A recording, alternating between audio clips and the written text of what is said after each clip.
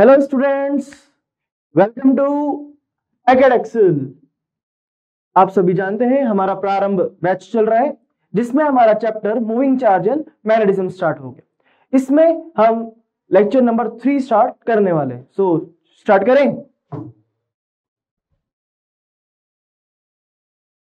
Moving charge and magnetism का lecture 3 quote of the day के साथ स्टार्ट करते हैं। क्या है quote of the day? Dream big and dare to fail. बड़ा सोचो और फेल होने से मत डरो। सिंपल सी बात है ना। देखें, पहला है हमारे पास charge particle in external magnetic field. हम क्या देखेंगे कि अगर चार्ज पार्टिकल है किसमें, एक्सटर्नल मैग्नेटिक फील्ड में, अब पार्टिकल की बात करेंगे अपन, ठीक है, तो क्या होएगा, फोर्स लगेगा कि नहीं लगेगा। फिर हम बात करेंगे work done, Fleming's left hand rule की बात करेंगे, और फिर हम बात करेंगे work done by magnetic force की। फिर हम डिफरेंट केसेस भी देखेंगे, उसके कई सारे केसेस बनते हैं। और लास्टली हम बात करेंगे other forms to write radius of circular path. अलग अलग फॉर्म पढ़ेंगे रेडियस ऑफ सर्कुलर पाथ की। ठीक है, तो स्टार्ट करते हैं हमारा आज का लेक्चर। ठीक है, चलो। Charge particle in external magnetic field, तो क्या हुआ बात देखो। हमने कहा कि ये चार्ज पार्टिकल है, ठीक है, ठीक है, और इसको अगर मैग्नेटिक फील्ड में डाल दिया जाए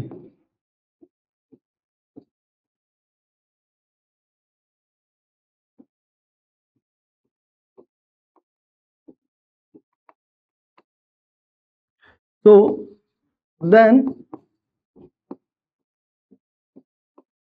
it will experience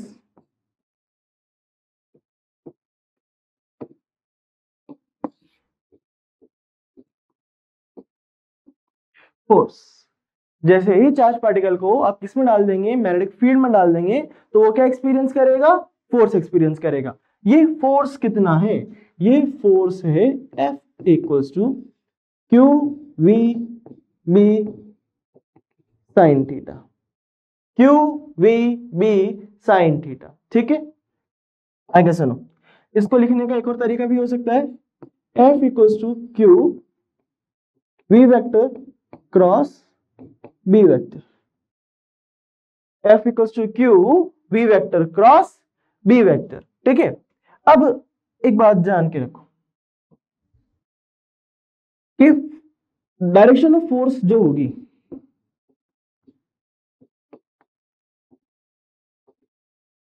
वो किधर होगी?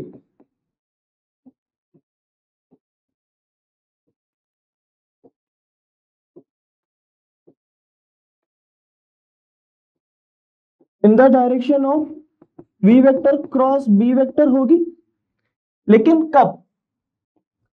When Q is positive. जब चार्ज क्या हो आपका? पॉजिटिव हो। अगर चार्ज नेगेटिव है तो मैं इसको ऐसे लिखता हूं, if the charge is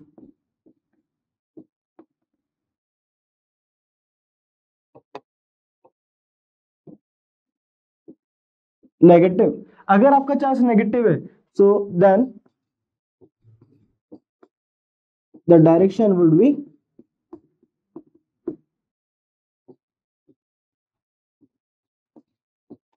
in minus V cross B direction. Then the direction would be in minus V cross B direction, ठीक है। और V cross B कैसे निकालोगे आप जानते हो V cross B निकालने का एक तरीका, that is बेस्ट तरीका, that is RHT rule, right hand thumb rule. क्या करना है? अपने राइट हैंड लेना है, उसमें V की डायरेक्शन में अपने राइट हैंड को रखना है, B की डायरेक्शन में फिंगर्स को कर्ल करना है। V की डायरेक्शन में राइट हैंड को रखना है, B की डायरेक्शन में उसको कर्ल करना है। तो थंब जो दिखाएगा वो क्या होगी? आपके फोर्स की डायरेक्शन। वो क्या होगी? आपके फोर्स की डायरेक्शन, ठीक है। तो देखिए हमारे पास कुछ क्वेश्चंस है यहाँ पर, इसको करेंगे अपन सॉल्व। V की डायरेक्शन में फिंगर्स को रखना है, चार्ज पॉजिटिव है, और B की डायरेक्शन यानी कि अंदर कर्ल करना है। तो थंब कहां दिखा रहा है? ऊपर। थंब कहां दिखा रहा है? ऊपर। तो ऊपर ले जा, फोर्स कहां लग गया? ऊपर। V की डायरेक्शन में रखना है, B की डायरेक्शन में कर्ल करना है। V की डायरेक्शन में फिंगर्स को रखना है, B की डायरेक्शन में कर्ल करना है। तो थंब कहां दिखा रहा है? ऊपर। थंब कहां दिखा रहा है? ऊपर। लेकिन पॉजिटिव चार्ज पे फोर्स लगेगा ऊपर, लेकिन पॉजिटिव चार्ज पे फोर्स लगेगा ऊपर। नेगेटिव चार्ज है तो फोर्स कहां लगेगा? अपोजिट डायरेक्शन में। अपोजिट डायरेक्शन में, इस डायरेक्शन में। ठीक है क्या? समझे क्या? समझे तो कमेंट्स बॉक्स में बताओ।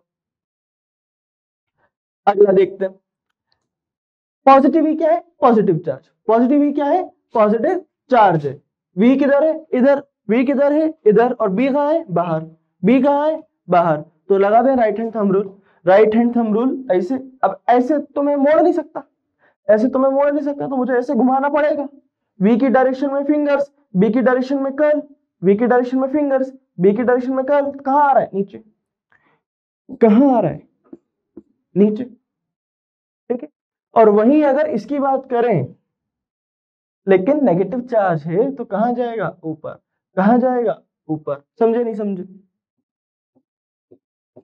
कहां जाएगा? ऊपर। फोर्स कहां लगेगा? ऊपर। बोलो सही है क्या? बोलो सही है क्या? ठीक है। हाँ, अब हम पढ़ने वाले हैं डिफरेंट केसेस के बारे में।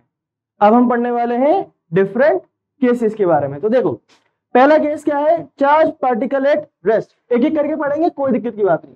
Charge particle at rest. Charge particle at rest का मतलब क्या है? सुनो,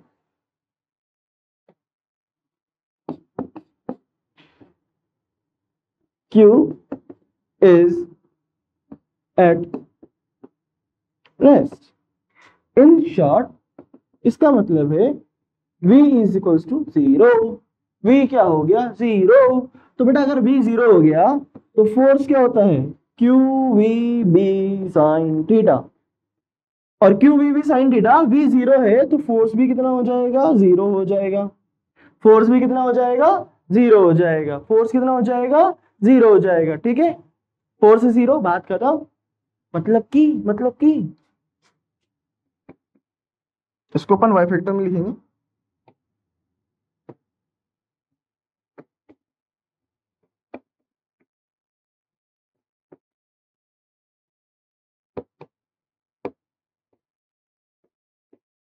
अगर स्पीड 0 है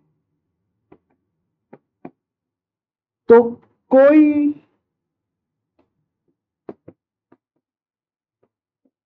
फोर्स नहीं लगेगा। अगर स्पीड 0 है तो कोई फोर्स नहीं लगेगा। एक और बात बोलो, स्पीड बोलो या वेलोसिटी बोलो, एक ही बात है। तो अपन वेलोसिटी लिख देते हैं।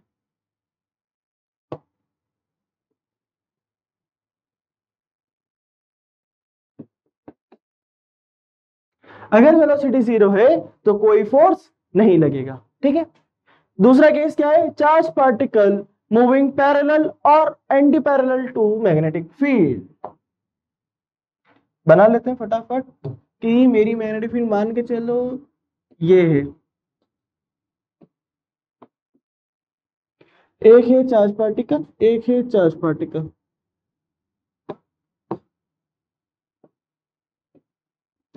वो इधर जा रहा है, वो इधर जा रहा है। ठीक है, v वेलोसिटी से v वेलोसिटी से। पहले वाले की बात करें, पहले वाले की बात करें तो थीटा बना रहा है, क्योंकि पैरेलल है। देखो जरा, क्योंकि पैरेलल है तो थीटा बना रहा होगा 0 डिग्री। तो F का फॉर्मूला होता है QVB QVB साइन थीटा, यानी कि QVB साइन 0 डिग्री। और साइन 0 डिग्री कितना होता है? साइन 0 डिग्री आई थिंक 0 होता है। तो फोर्स कितना लगेगा? 0। फोर्स कितना लगेगा? 0। अच्छा यहां देखो, इससे देखो, यहां पर क्या एंटी पैरेलल दिख रहा है क्या? क्या एंटी पैरेलल दिख रहा है क्या? और एंटी पैरेलल का मतलब कितना है? 180 डिग्री, 180 डिग्री। तो F equals to Q V B sine 180 degree, Q V B sine 180 degree. और साइन 180 डिग्री कितना होता है? 0 होता है, तो ये भी 0। साइन 180 डिग्री कितना होता है? 0 होता है, तो ये भी 0। तो पता चला कि अगर पैरेलल हो या एंटी पैरेलल हो तब भी फोर्स क्या आएगा? 0 आएगा, तब भी फोर्स क्या आएगा? 0 आएगा। तो इसका हमारा वाई फैक्टर है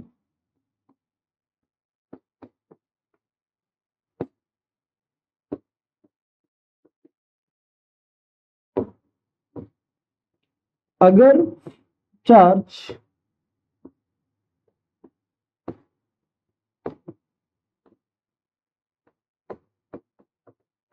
मैग्नेटिक फील्ड में सीधा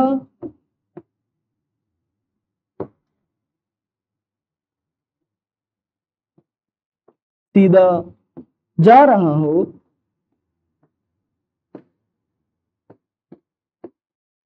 तो फोर्स 0 लगेगा।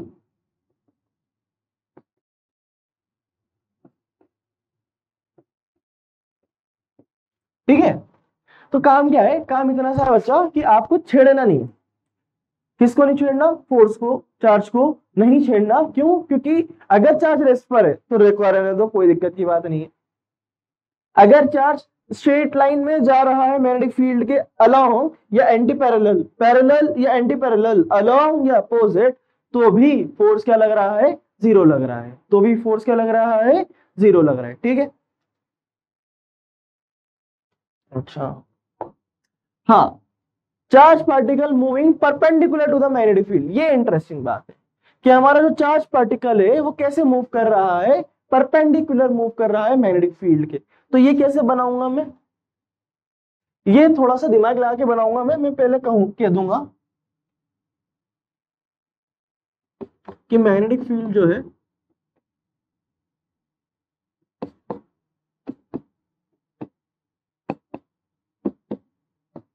वो इस डायरेक्शन में है। मैग्नेटिक फील्ड जो है वो इस डायरेक्शन में, ये डायरेक्शन कौन सी है? अंदर, इनसाइड। ये डायरेक्शन कौन सी है? इनसाइड।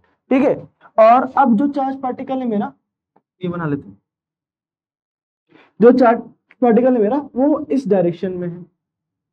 जो चार्ज पार्टिकल है मेरा वो इस डायरेक्शन में है, तो इसकी वेलोसिटी किधर है? उधर, अंदर वेलोसिटी, अंदर मैग्नेटिक फील्ड, इधर वेलोसिटी। वेलोसिटी के डायरेक्शन में हैंड रखेंगे, मैग्नेटिक फील्ड के डायरेक्शन में कर्ल करेंगे, तो कहां आएगा फोर्स? ऊपर। कहां आएगा फोर्स? ऊपर। तो फोर्स लग जाएगा ऊपर। अब फोर्स ऊपर लगने से पता हुआ क्या? फोर्स ऊपर लगने से इसको फोर्स फील होगा, तो ये कैसे हो जाएगा? ऐसे। ये कैसे हो जाएगा? ऐसे। दूसरा ही कलर ले लेते हैं चाहो तो। अब इस पॉइंट पे आ गया, मान के चलो इस पॉइंट पे आ गया, तो इस पॉइंट पर भी जो वेलोसिटी है वो तो इधर ही है ना। जो वेलोसिटी है वो तो इधर ही है ना। इधर वेलोसिटी, अंदर मैग्नेटिक फील्ड, तो फोर्स कहां लगेगा? फोर्स कहां लगेगा? इस डायरेक्शन में, इस डायरेक्शन में। और ऐसे ही जब हमने देखा तो हमें क्या देखने को मिला? हमें ये देखने को मिला।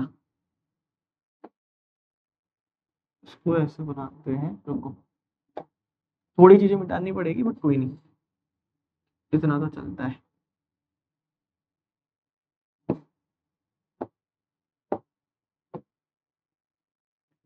तुम्हारे लिए इतना तो चलता है। ये लो, जब हमने देखा कि चार्ज पार्टिकल ऐसे ऐसे ऐसे ऐसे घूम रहा है, चार्ज पार्टिकल ऐसे ऐसे ऐसे ऐसे घूम रहा है, तो फोर्स कहां लग रहा है? अंदर की तरफ, अंदर की तरफ, अंदर की तरफ, अंदर की तरफ, अंदर की तरफ। और क्या बन गया, ये क्या बन गया, ये हमारा सर्कल बन गया, ये हमारा सर्कल बन गया। और जब भी सर्कल का नाम आए, जब भी सर्कल का नाम आए या सर्कुलर मोशन का नाम आए, आप एक फोर्स को हमेशा ध्यान रखेंगे। कौन सा force? Centripetal force.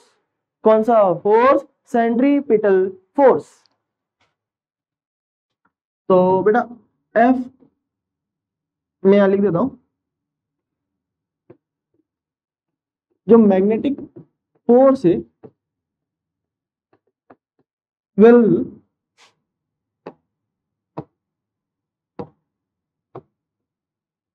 behaves as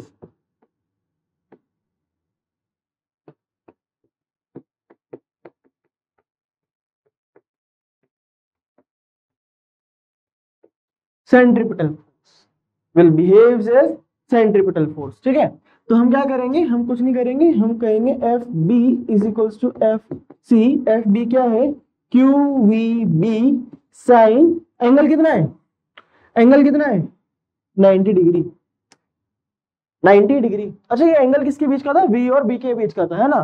तो मैं यहां लिख देता हूं तुम्हारे लिए, थीटा इज व्हाट?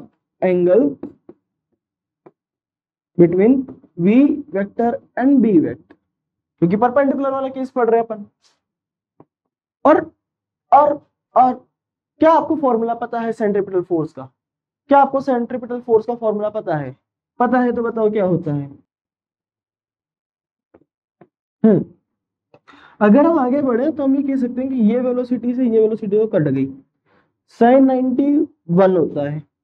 तो हमारे नेक्स्ट स्टेप बनेगी Q B equals to M V upon R. Q B is equals to M V upon R. अब मैं यहां से दो चीजें निकाल सकता हूं, अब मैं यहां से दो चीजें निकाल सकता हूं। एक निकलेगी मेरी रेडियस और एक निकलेगी मेरी वेलोसिटी। तो रेडियस क्या निकलेगी बेटा? रेडियस निकलेगी M V upon Q B. क्या निकलेगी?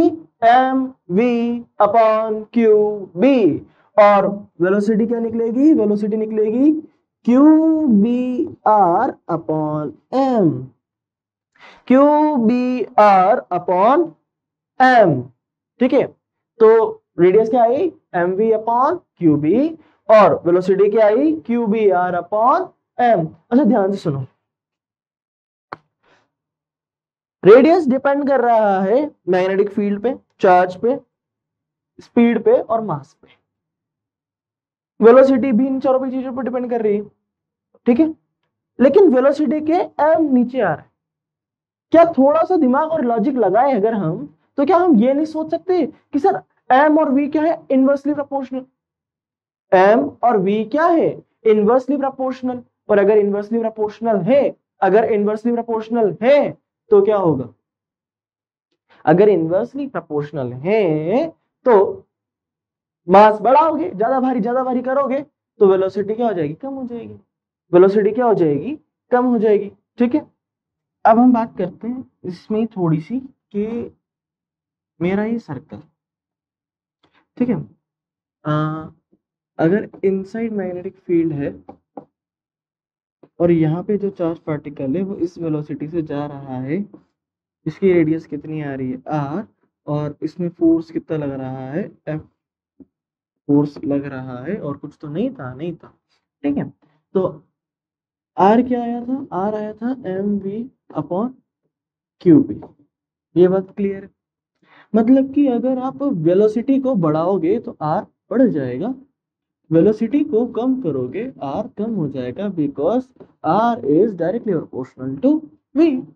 Are is directly proportional to V. और दूसरी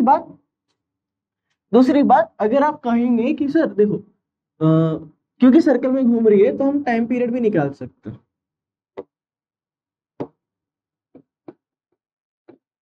थोड़ा सा हम काइनेमेटिक्स का इस्तेमाल करेंगे, नथिंग बट टाइम पीरियड भी निकाल सकते हैं। टाइम पीरियड क्या होता है? टी इक्वल्स टू सर्कल के लिए 2 पाई आर अपॉन वी होता है बेटा। 2πr/v होता है बेटा। हेलो। तो 2πr क्या है, mv/qb/v। तो ध्यान से देखने वाले को पता चलेगा कि v से v तो कट गया। तो टाइम पीरियड जो आएगा ये इससे लिख देते हैं, वो आएगा 2πm/qb।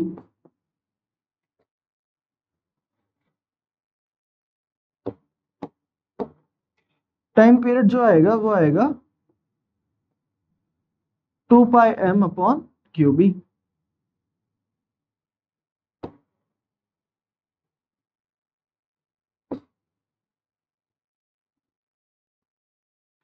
ठीक है, क्या बात। देन हम बात करें 2πm/qb तो आ गया। तो एक बात ये पता चली, t is independent of r and v। t is independent of r and v। Time period क्या है, इंडिपेंडेंट है। किससे इंडिपेंडेंट है, r एंड v से, रेडियस एंड वेलोसिटी से। ठीक है ये बात। अच्छा टाइम पीरियड आ गया तो इससे ही हम आगे की हमेशा कुछ चीजें हमेशा निकाल लिया करो। जैसे कि टाइम पीरियड आ गया ना, तो यहां से फ्रीक्वेंसी निकालो। फ्रीक्वेंसी क्या होती है बच्चा, 1/t होती है। तो ये क्या हो जाएगा, qb/2πm हो जाएगा।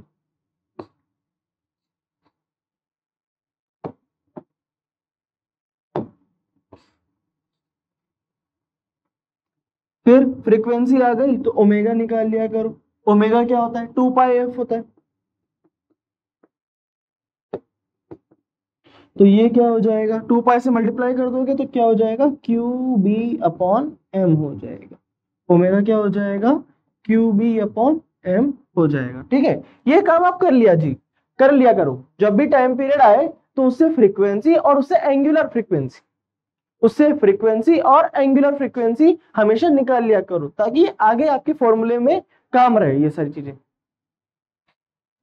अब मैं क्या करूंगा, अब मैं आगे बढ़ूंगा और ये कहूंगा कि यार एक सेकेंड, क्यों ना काइनेटिक एनर्जी निकाली जाए। मैं v तो जानता ही हूं, v कितना आया था मेरे, इट्स qb/r/m। और काइनेटिक एनर्जी क्या होती है, काइनेटिक एनर्जी होती है हाफ mv², हाफ mv²। तो ये हो जाएगा half into m into q² b² r² का अपॉन m²।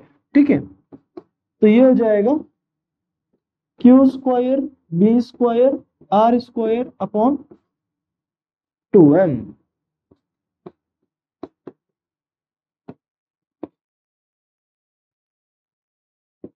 काइनेटिक एनर्जी हो जाएगी मेरी q² b² r² upon 2m। ठीक है, तो हमारे पास काइनेटिक एनर्जी भी आ गई, हमारे पास टाइम पीरियड भी आ गया, हमारे पास फ्रीक्वेंसी आ गई, एंगुलर फ्रीक्वेंसी आ गई, स्पीड आ गई और रेडियस भी आ गई। ये सारी चीजें हमने किससे निकाली, ये सारी चीजें हमने third point, charge moving perpendicular to magnetic field से निकाली।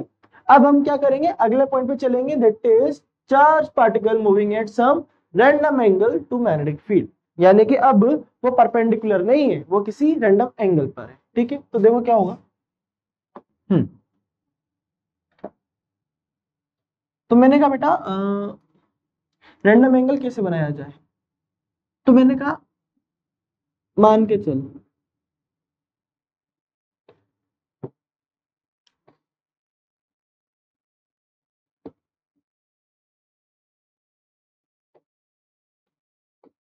इस तरफ है तेरी मैग्नेटिक फील्ड, इस तरफ है तेरी मैग्नेटिक फील्ड, और जो चार्ज पार्टिकल है ग्रीन से, जो चार्ज पार्टिकल है वो इस तरफ जा रहा है। किसी एंगल थीटा पे। मैग्नेटिक फील्ड के अलाउ नहीं जा रहा, मैग्नेटिक फील्ड के परपेंडिकुलर नहीं जा रहा, कैसे जा रहा है, किसी एंगल थीटा पे जा रहा है, किसी एंगल थीटा पे जा रहा है। तो क्या करो, तो दो में तोड़ दो, दो में तोड़ दो। एक टूटेगा ये, जो कि होगा V पैरेलल, और एक टूटेगा ये, जो कि होगा V परपेंडिकुलर। V पैरेलल कितना होता है बेटा, आप क्या आपको पता है, हम यहाँ लिख देते हैं, काइनेमेटिक्स की ही लो लगाओगे, एंगल के साथ वाला क्या होता है, cos थीटा, तो V cos theta. V perpendicular कितना होगा बेटा, V sin theta. V perpendicular V sin theta, V parallel V cos theta. ठीक है, ठीक है। अब आगे अगर हम बात करें, आगे अगर हम बात करें कि इसका मोशन कैसा होएगा, तो इसका मोशन कुछ इस तरह से होएगा, ऐसे से। अच्छा ये क्या है, ये हेलिकल पाथ है,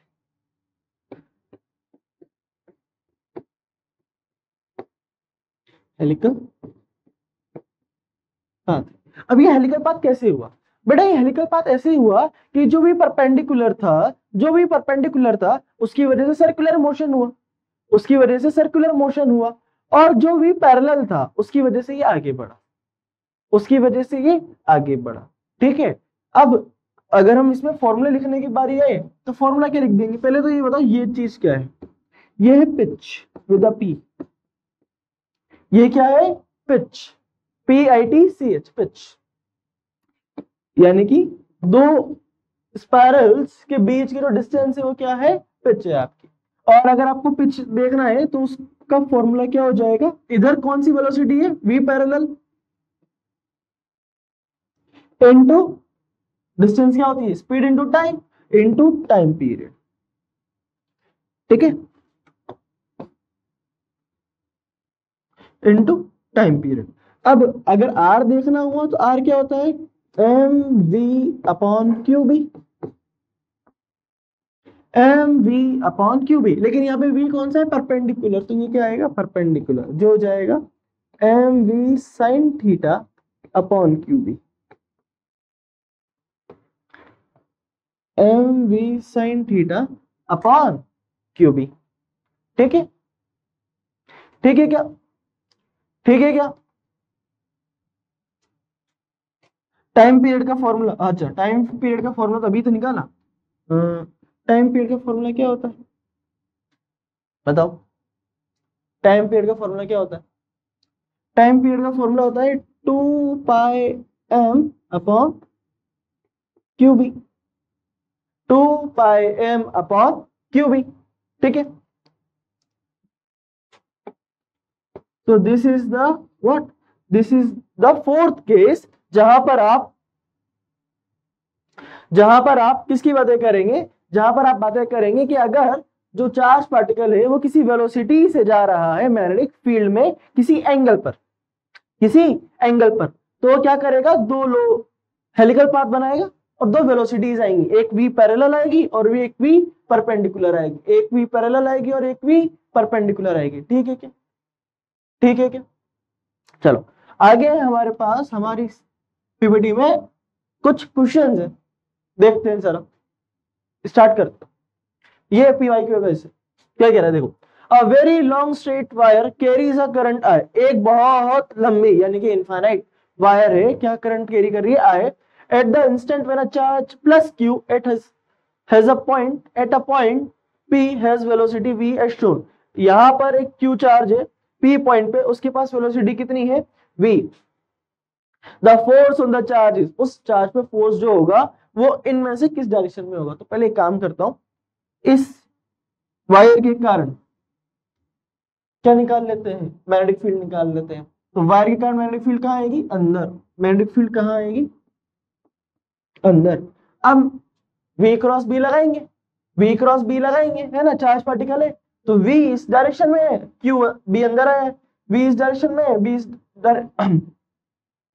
इस डायरेक्शन में है, B अंदर आया है, तो फोर्स कहां लग रहा है, OY पे, फोर्स कहां लग रहा है, अलोंग OY पे, देखते ही होगे, देखते ही होगे। अगला कह रहा है a charge particle of 1 microcoulomb. अच्छा लिख लेते हैं फटाफट फटाफट। चार्ज पार्टिकल कितना है 1 micro oh sorry sorry sorry 1 millicoulomb यानी कि 10 की power -3 coulomb of mass 2 gram. Mass 2 gram का मतलब है 2 इंटू 10 की power -3 kg is moving with speed of 5 metre per second. v कितना है 5 मीटर पर सेकेंड है in a uniform magnetic field of 0.5 tesla. b की वैल्यू कितनी है 0.5 टेस्ला है। Find the maximum acceleration of the charge particle. Acceleration का तो formula नहीं पढ़ा है सर आपने। अरे रुक, क्या तू ये जानता है F इक्वल्स टू क्या होता है क्यू वी बी, और क्या तू ये जानता है F इक्वल्स टू क्या होता है एम ए। तो निकाल लेना यार, M A equals to Q V B, A equals to Q V B upon M. तो बस रख दो। Q की वैल्यू कितनी है 10 की पावर -3, V की वैल्यू कितनी है 5, B की वैल्यू कितनी है 0.5 upon m m m m 2 into 10 की पावर -3। इसको सॉल्व करके दो मुझे, इसको सॉल्व करके अगर तुम दोगे मुझे तो देखो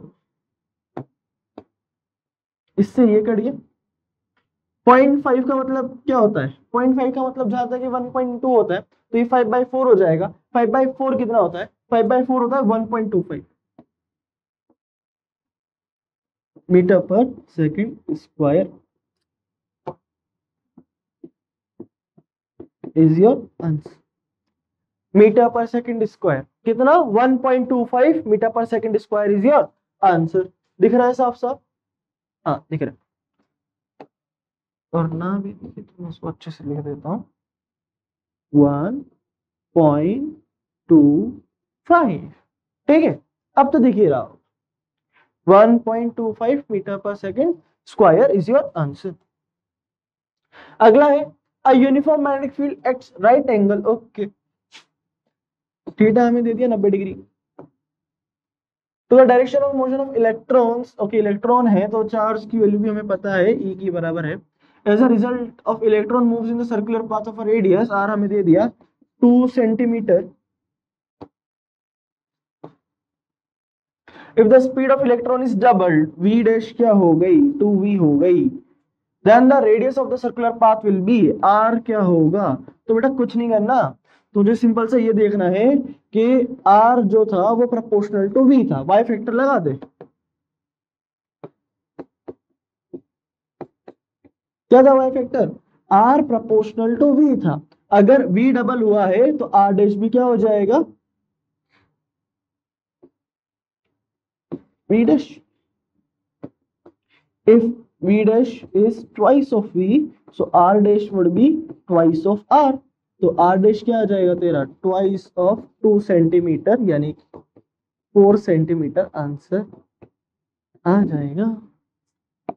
आ जाएगा, मैंने समझाया है इसलिए देर लगी है, दिमाग में रखोगे एक बार में आंसर आएगा, बिना पेन उठाए आंसर आएगा। Under the influence of uniform magnetic field a charged particle moves with a constant speed v in a circle of radius r. The time period of rotation of the particle depends on r and v। नहीं, is independent of both v and r। यही है, अभी देखा। A charged particle moves through a magnetic field in a direction perpendicular to the it। okay, charged particle है magnetic field के perpendicular direction में move कर रहा है। Then the speed of the particle remains unchanged, the direction of the particle remains unchanged। गलत बात है ना, डायरेक्शन तो चेंज हो रही, सर्कल में मूव कर रहा है ना। Charge changes acceleration remains unchanged। क्या है changes acceleration remains unchanged, changes अरे वेलोसिटी remains unchanged नहीं, वेलोसिटी तो बदल रही है ना, डायरेक्शन बदल रही है, लेकिन उसकी जो स्पीड है v की जो वैल्यू है वो क्या रहेगी कांस्टेंट रहेगी। A magnetic force acting on a charged particle of charge इतना and magnetic field इतना acting in y direction when the particle of velocity this is okay। आपको दे दिया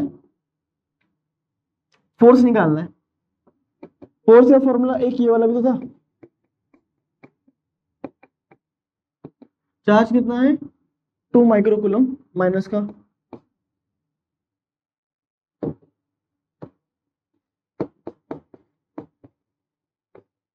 वी वेक्टर कितना है, वी वेक्टर है बेटा तेरे ये 10⁻⁻6 बार ले लूंगा मैं, 2i cap plus 3j cap, cross product करना है इसका 2 के साथ, अलोंग y कैप है तो j कैप आ जाएगा, 10⁻⁻6 मैंने प्लस 6 बाहर ले लिया।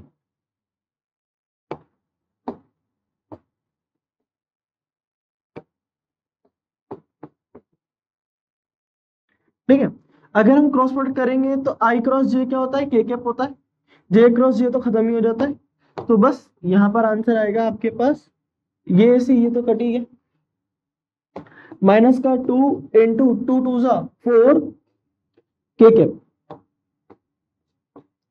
4 k कैप, ये आएगा माइनस का 8 k कैप, माइनस का 8 k कैप का मतलब है ये रहा 8 न्यूटन इन माइनस जेड डायरेक्शन। ठीक है, 8 न्यूटन इन माइनस जेड डायरेक्शन बनने चाहिए, जल्दी जल्दी बनने चाहिए सवाल। ओके, अब मैं आपको एक चीज और बता देता हूं, find the dimension of, question देता हूं,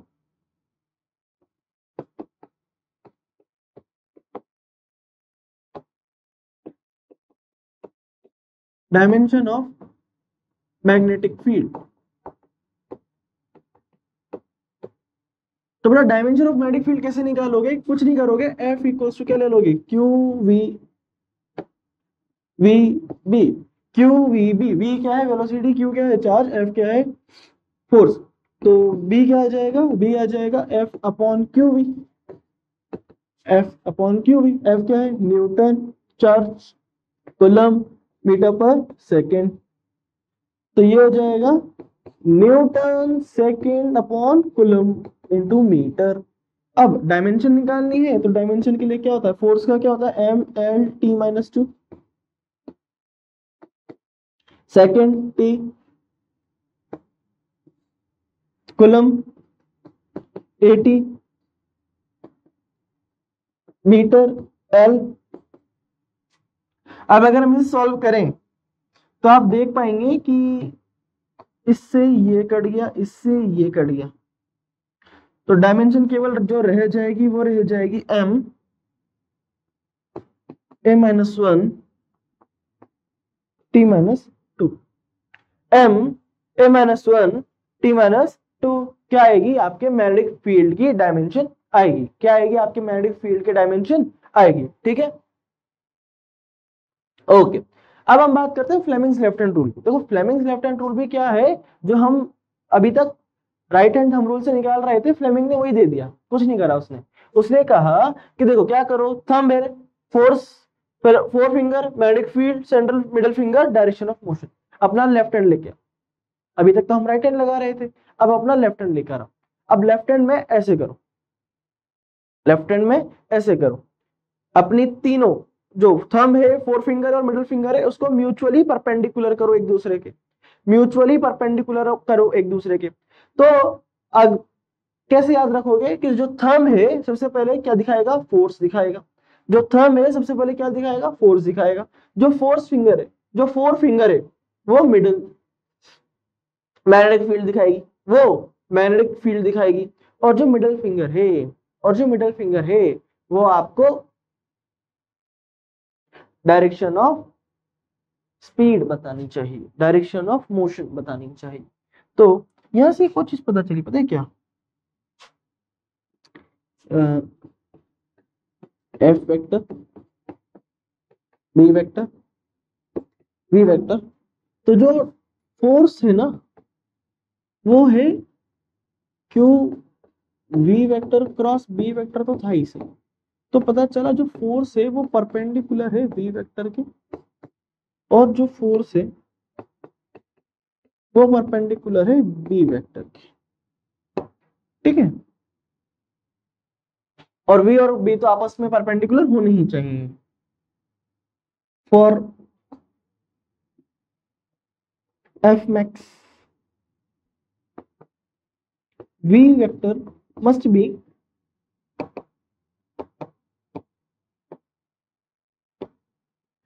परपेंडिकुलर टू बी वेक्टर होना ही चाहिए। ठीक है ये बात, ठीक है क्या ये बात? आगे बढ़े। आगे है मेरे पास work done by magnetic force. अरे work done by magnetic force, बताओ क्या आएगा?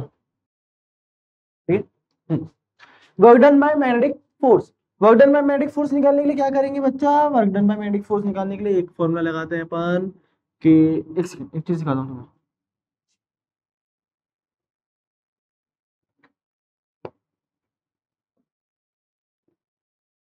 चार्ज ऐसे, वेलोसिटी ऐसे, फोर्स ऐसे, और क्योंकि ये इधर जा रहा है तो इसका डिस्प्लेसमेंट भी कहीं ना कहीं तो इधर ही आएगा ना।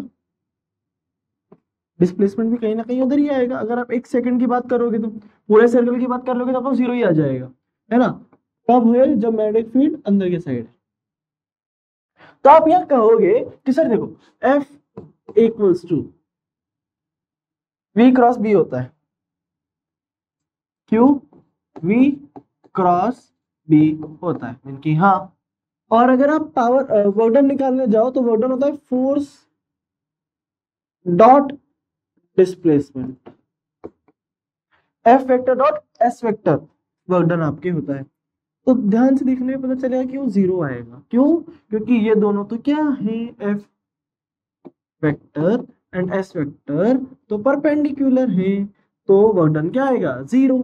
और अगर आप पावर निकालने जाओगे तो वो होता है F vector dot V vector, तो बिल्कुल 0 है। क्यों? क्योंकि F वेक्टर और V वेक्टर तो क्या है? परपेंडिकुलर है। अभी बात करिए अपन ने, तो पावर भी क्या है? 0 है। तो work done in magnetic field on a point charge, work done in a magnetic field in a on a point charge क्या होगा? 0 होगा। ये बात याद रखिए, ये बात याद रखिएगा। अगला है particle of mass m charge q and kinetic energy t। अच्छा एक सेकंड रुको, एक और चीज दिखा देता हूं तुम्हें, यही दिखाते हैं चलो। हाँ, uniform magnetic field introduction B.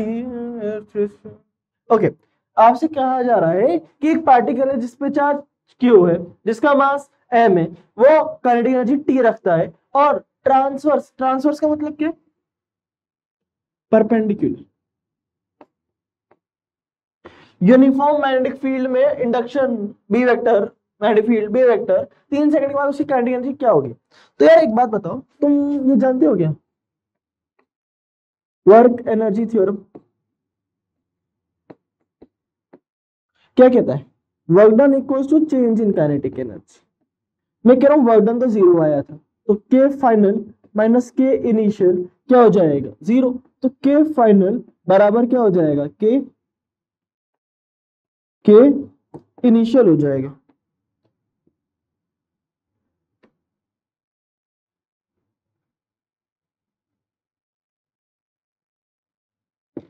के फाइनल बराबर के इनिशियल हो जाएगा, यानी कि काइनेटिक एनर्जी क्या रहेगी?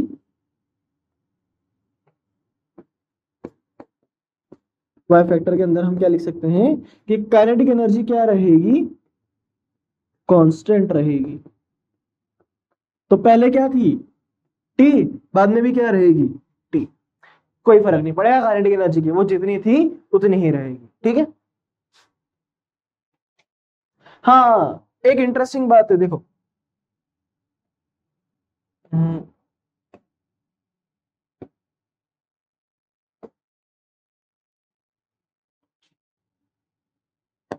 देखो देखो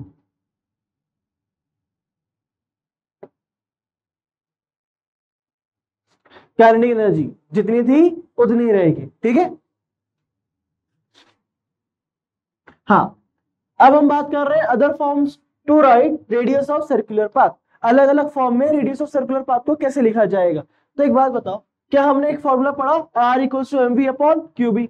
R equals to M V upon Q B, और एम वी होता है क्या है? मास इंटू वेलोसिटी होता है क्या है? मोमेंटम होता है। तो इसको मैं P अपॉन क्यू बी भी लिख सकता हूँ, P अपॉन क्यू बी भी लिख सकता हूँ। और तुम ये बात जानते हो कि काइनेटिक एनर्जी क्या होता है? P स्क्वायर अपॉन 2m होता है। पी स्क्वायर अपॉन 2m होता है। तो यहां से P की वैल्यू क्या आती है? 2m kinetic energy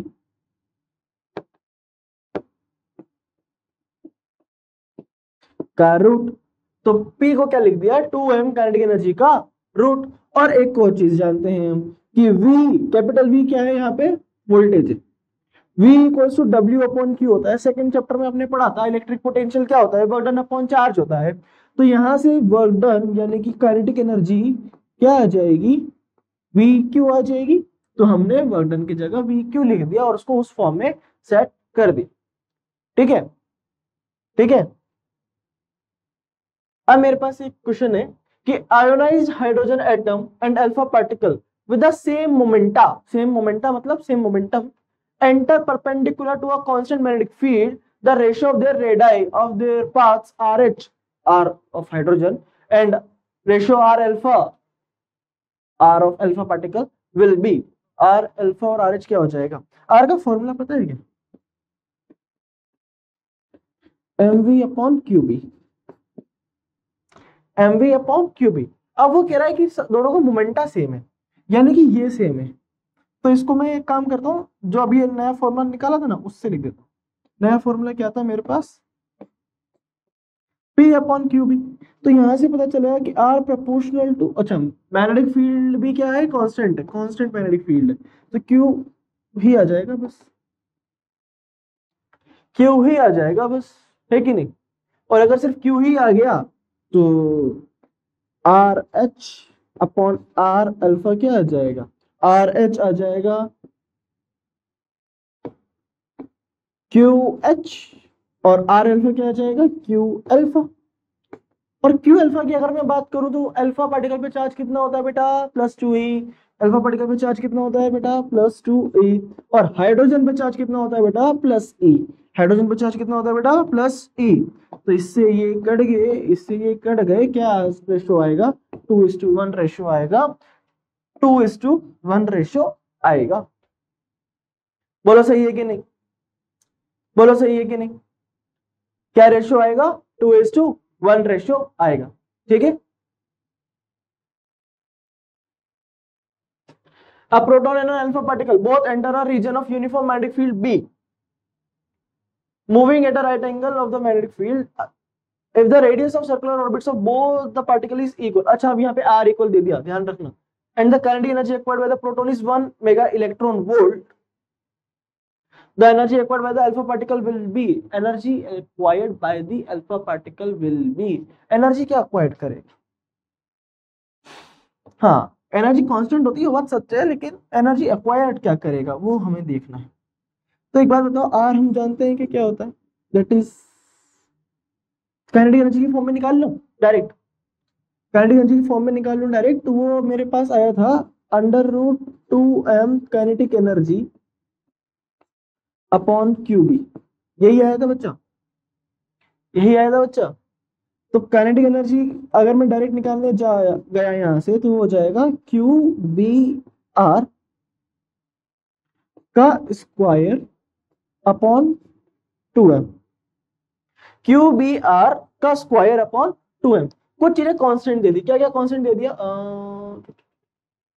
uniform magnetic field, uniform magnetic field constant दे दी, मूविंग एट राइट एंगल्स तो उसका मतलब ही नहीं है। If the radius of circular path of the both the particles is equal, क्या radius equal, kinetic energy acquired by the proton is इतना, ओके ठीक है। तो बेटा आर कांस्टेंट दे दिया, बी कांस्टेंट दे दिया, अपने को जो खेला है वो खेला केवल इतने का है, proportional to Q square upon M, बस इसका खेला है। ठीक है।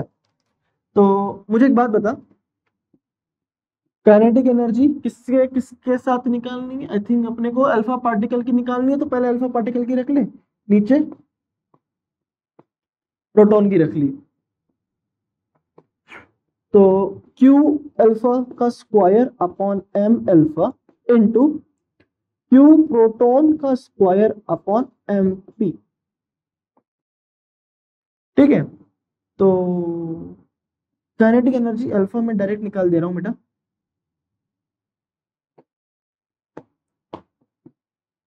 क्यू अल्फा का स्क्वायर, अभी अपन ने देखा अल्फा का स्क्वायर कितना होता है, प्लस का 2e का स्क्वायर अपॉन एम अल्फा कितना होता है, एम अल्फा कितना होता है, एम अल्फा कितना होता है, अल्फा पार्टिकल, हीलियम पार्टिकल में क्या क्या होता है, 2 प्रोटॉन 2 न्यूट्रॉन, तो 4m लिख देते हैं, तो 4m लिख देते हैं। मास ऑफ प्रोटॉन कितना होता है, प्रोटॉन में तो pm ही होता है। चार्ज ऑन प्रोटॉन कितना होता है, e ही होता है, लेकिन उसका स्क्वायर है। अब ये q, ये जो था वो कहां आ जाएगा, यहां आ जाएगा, तो कितना था 1 मेगा इलेक्ट्रॉन वोल्ट, तो 1 मेगा इलेक्ट्रॉन वोल्ट। इसको जब आप सॉल्व करोगे तो कैसे करोगे, ऐसे करोगे, ई स्क्वायर से ये काट दोगे, एम से ये काट दोगे, अरे ये तो गया, 2 का स्क्वायर 4/4, ये तो खत्म हो गया, ये तो 1 ही आ गया, ये तो 1 ही आ गया। Kinetic energy of alpha particle 1 mega electron volt ही आ गया। बात खत्म, बात खत्म, लेक्चर खत्म। Thank you for attending this session. अगर आपके कोई भी डाउट्स हैं, कोई भी क्वेश्चंस है, कोई भी क्वेरीज है, या आपका जो भी फीडबैक है, आप उसे हमारे कमेंट बॉक्स में लिख सकते हैं। अपने दोस्तों के साथ शेयर करिए, लाइक करिए, सब्सक्राइब करिए। Thank you.